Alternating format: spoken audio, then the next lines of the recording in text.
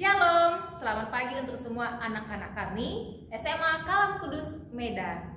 Saat ini kita kembali lagi mengikuti ibadah atau kebaktian siswa untuk SMA dan SMK seperti biasanya yang kita lakukan sekali dalam seminggu.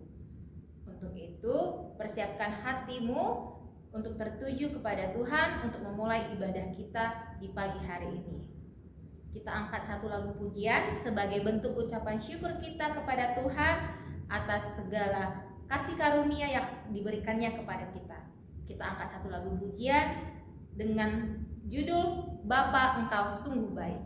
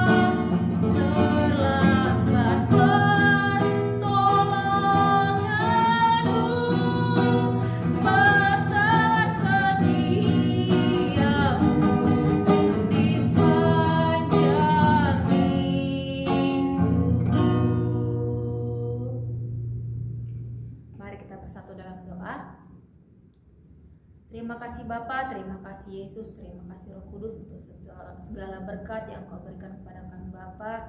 Nafas kehidupan yang masih Engkau limpahkan kepada kami pribadi. Bapa yang baik, saat ini kami anak-anak-Mu, siswa-siswi dari SMA dan SMK Kalam Kudus Bapa, berkatilah kami ya Bapa dalam mengikuti ibadah di pagi hari ini. Biarlah Bapa seluruh hati dan pikiran kami hanya tertuju kepadamu saja. Bapa yang baik, kami juga berdoa Bapa untuk hamba-Mu yang akan menaburkan firman-Mu. Biarlah apa yang disampaikan oleh hamba-Mu itu dapat kami dengar, dapat kami pahami, dan dapat kami terapkan dalam kehidupan kami sehari-hari. Terima kasih ya Tuhan, berkatilah ibadah ini dari awal, pertengahan, hingga akhirnya. Inilah kami anak-anak-Mu, di dalam nama Tuhan Yesus Kristus Juru Selamat kami yang hidup, kami sudah berdoa dan mengucap syukur. Amin. Sebelum kita mendengarkan firman Tuhan, kembali kita angkat satu lagu pujian, Ku Rindu Sabdamu.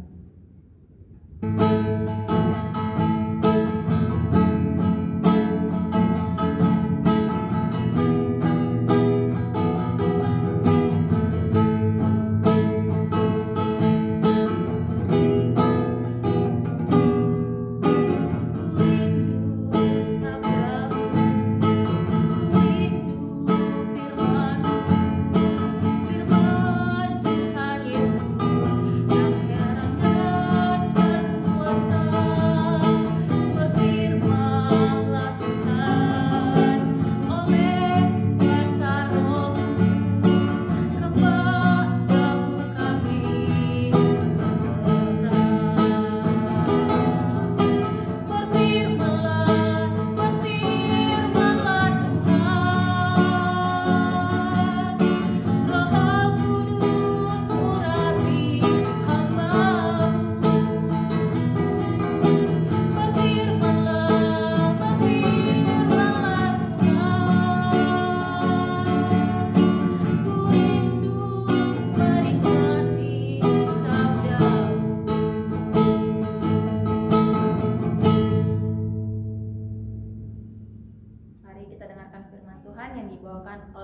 Dewi Sarumaha.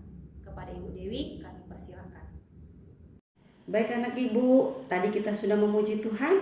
Mari kita siapkan hati kita untuk mendengarkan firman Tuhan dan kita tundukkan kepala, kita berdoa. Tuhan Allah Bapa di surga, terima kasih Tuhan sudah menolong kami untuk menikmati lagi kebaikan Tuhan di dalam ibadah ini. Dan saatnya kami akan mendengarkan firman Tuhan. Mari Tuhan Yesus tolong kami agar hati dan pikiran kami sungguh-sungguh boleh tertuju kepada Tuhan. Berikan kami kemampuan untuk kami juga melakukan firman yang sudah kami dengar. Terima kasih Bapa, ini doa kami. Dalam nama Tuhan Yesus kami berdoa dan bersyukur. Amin. Baik anak-anak, mari kita buka Alkitab kita dari kitab Hakim-Hakim pasal yang keempat, dan beberapa ayat yang akan Ibu Dewi bacakan. Dan setiap anak-anak silahkan membuka Alkitabnya dan mengikutinya bersama dengan Ibu Dewi. Deborah dan Barak. Setelah Ehud mati, orang Israel melakukan apa yang jahat di mata Tuhan. Lalu Tuhan menyerahkan mereka ke dalam tangan Yabin, raja Kanaan, yang memerintah di Hasor. Panglima tentaranya ialah Sisera yang diam di Haroset Hagoyim. Lalu orang Israel berseru kepada Tuhan, sebab Sisera mempunyai 900 kereta besi dan 20 tahun lamanya ia menindas orang Israel dengan keras. Pada waktu itu Deborah seorang nabiah, istri Lapidot, memerintah sebagai hakim atas orang Israel. Ia menyuruh memanggil Barak bin Abinoam dari Kedes di daerah Naftali, lalu berkata kepadanya, bukankah Tuhan Allah Israel memerintahkan demikian? Majulah, bergeraklah menuju Gunung Tabor dengan membawa 10.000 orang Bani Naftali dan Bani Jabulon bersama-sama dengan engkau. Jawab Barak kepada Deborah, jika engkau turut maju, aku pun maju. Tetapi jika engkau tidak turut maju, aku pun tidak maju. Kata Deborah, baik, aku turut. Hanya engkau tidak akan mendapat kehormatan dalam perjalanan yang engkau lakukan ini, sebab Tuhan akan menyerahkan Sisera ke dalam tangan seorang perempuan. Kemudian di ayat yang ke-14, lalu berkatalah Deborah kepada Barak, bersiaplah sebab inilah harinya Tuhan menyerahkan Sisera ke dalam tanganmu. Bukankah Tuhan telah maju di depan engkau? Lalu turunlah Barak di Gunung Tabor dan 10.000 orang mengikuti dia. Dan Tuhan mengacaukan Sisera serta segala keretanya dan seluruh tentaranya oleh mata pedang di depan Barak, sehingga Sisera turun dari keretanya dan melarikan diri dengan berjalan kaki. Lalu Barak mengejar kereta-kereta dan tentara itu sampai ke Haroset Hagoyim, dan seluruh tentara Sisera tewas oleh mata pedang, tidak ada seorang pun yang tinggal hidup. Tetapi Sisera dengan berjalan kaki melarikan diri ke kemah Yael istri Heber orang Keni itu, sebab ada perhubungan baik antara Yabim raja Hazor dengan keluarga Heber orang Keni itu. Kemudian berkatalah ia kepada perempuan itu, berilah kiranya aku minum air sedikit, aku haus. Lalu perempuan itu membuka kirbat susu, diberilah ia minum dan diselimutinya pula. Lagi katanya kepada perempuan itu, berdirilah depan pintu kemah, dan apabila ada orang yang datang dan bertanya kepadamu, ada orang di sini, maka jawablah tidak. Tetapi Yael istri Heber mengambil patok kemah, diambilnya pula palu, mendekatinya diam-diam, lalu dilantakkannya patok itu masuk ke dalam pelipisnya sampai tembus ke tanah, sebab ia telah tidur nyenyak karena lelahnya, maka matilah orang itu. Pada waktu itu muncullah Barak yang mengejar Sisera. Keluarlah Yael mendapatkan dia dan berkata kepadanya, mari, aku akan menunjukkan kepadamu orang yang kau cari. Lalu masuklah Barak ke dalam, dan tampaklah Sisera mati tergeletak dengan patok dalam pelipisnya. Demikianlah Allah pada hari itu menundukkan Yabin raja Kanaan di depan orang Israel. Ya, demikian pembacaan firman Tuhan anak ibu. Anak ibu, kita belajar dari firman Tuhan ini bagaimana Tuhan memperlengkapi Barak dan Deborah untuk berperang maju melawan Raja Yabin dari kerajaan Kanaan yang dipimpin oleh panglima tentara perang yaitu yang bernama Sisera. Dari bacaan yang tadi kita lihat anak ibu, Tuhan telah menganugerahkan kemenangan kepada bangsa Israel. Walaupun sebenarnya kita melihat bagaimana di ayat 1 dijelaskan orang Israel itu telah kembali melakukan apa yang jahat di mata Tuhan. Ketika seorang pemimpin sudah tidak ada lagi di tengah-tengah mereka, maka bangsa Israel terus kembali mengulah dan melakukan apa yang tidak baik di hadapan Tuhan, melakukan hal-hal yang bertentangan di hadapan Tuhan, sehingga Tuhan harus memberikan sanksi kepada mereka, hukuman kepada mereka, yaitu diserahkan ke Raja Yabin, kerajaan Kanaan yang dipimpin oleh Panglima Sisera. Dan dikatakan selama 20 tahun anak ibu, mereka mengalami penindasan yang cukup keras di kerajaan Kanaan, sehingga tidak ada kesempatan bagi mereka untuk menikmati kehidupan yang semestinya. Dan mereka berteriak minta tolong kepada Tuhan, dan Tuhan yang penuh kasih memberikan pertolongan, membuka jalan bagi bangsa Israel untuk mereka kembali diselamatkan. Dan Tuhan telah menentukan orang-orang untuk boleh kembali membawa Israel menikmati kehidupan yang sungguh-sungguh bisa membawa mereka bersyukur di tengah-tengah keselamatan yang sudah Tuhan anugerahkan kepada mereka, yaitu Barak dan Deborah. Tuhan telah memimpin, Tuhan telah memerintahkan kepada Barak untuk memimpin pasukan perang melawan Sisera dan tentara-tentaranya. Namun Barak dalam hal ini bukanlah menjadi seorang pribadi yang penakut untuk meminta Deborah agar ikut serta di dalam kepemimpinan ini. Tetapi Barak tahu bahwa Tuhan memilih Deborah sebagai pemimpin saat itu di tengah-tengah kehidupan umat Israel. Dia tahu bahwa dengan keikutsertaan Deborah di dalam peperangan ini, maka ada kekuatan yang Tuhan anugerahkan di dalam kerjasama antara Deborah, Barak, dan juga tentara-tentara dari beberapa suku Naftali maupun Zebulon. Bahkan di dalam ketidaktahuan Barak dan Deborah, Tuhan telah memakai seorang Yael, istri dari Heber, yang dimana Heber ini masih mempunyai hubungan dengan Raja Yabin dari Kanaan. Dan itu tidak dipikirkan oleh Sisera.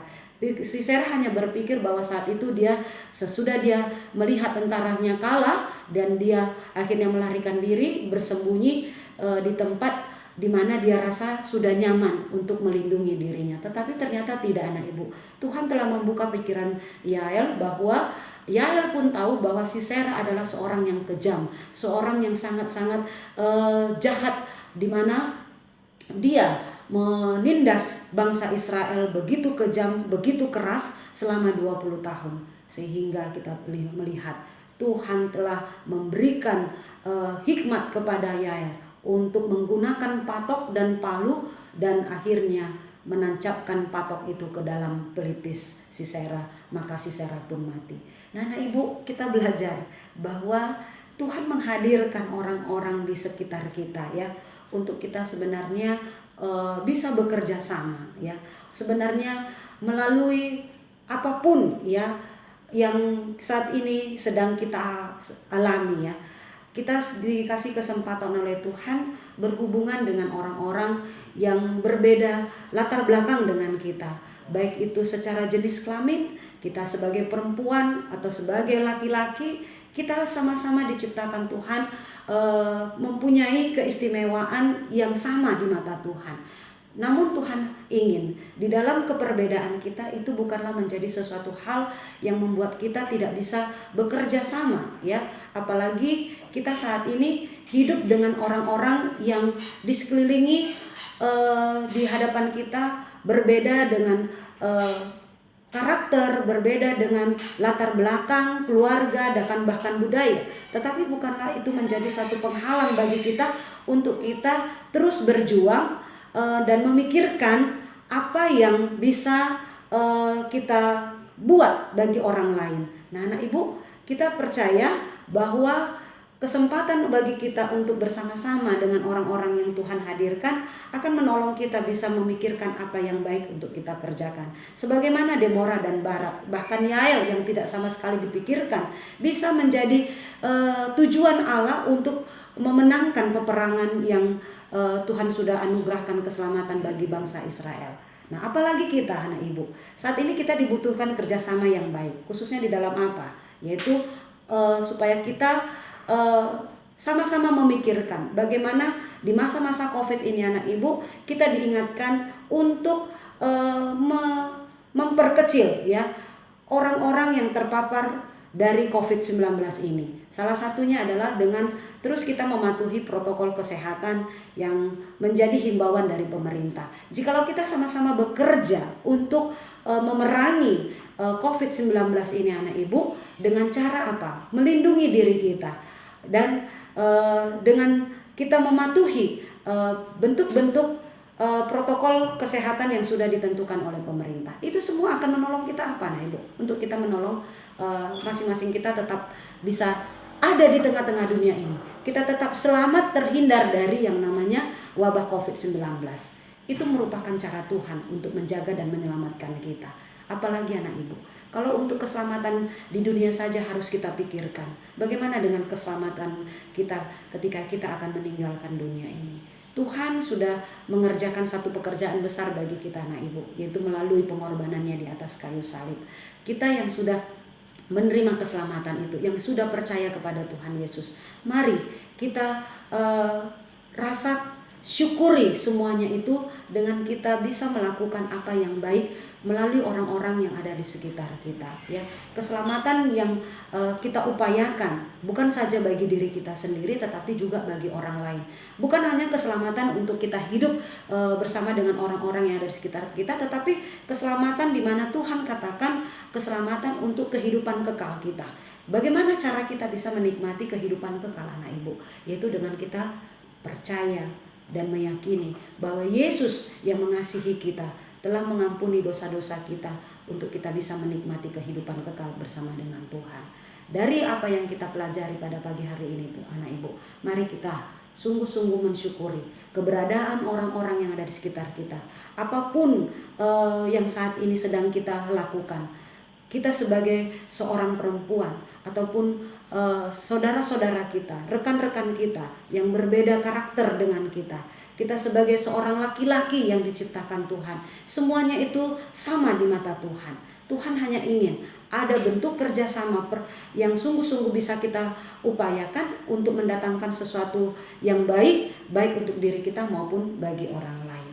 Inilah kerinduan Tuhan bagi kita. Kita sungguh-sungguh mau melakukan apa yang bermanfaat, apa yang berguna bagi orang lain, terutama anak-anak kami. Mari anak-anak ibu, pikirkan apa yang terbaik untuk masa depanmu. Saat ini Tuhan masih memberikan kamu kesempatan untuk terus belajar dan berjuang di dalam pembelajaran yang saat ini kamu alami melalui pembelajaran online.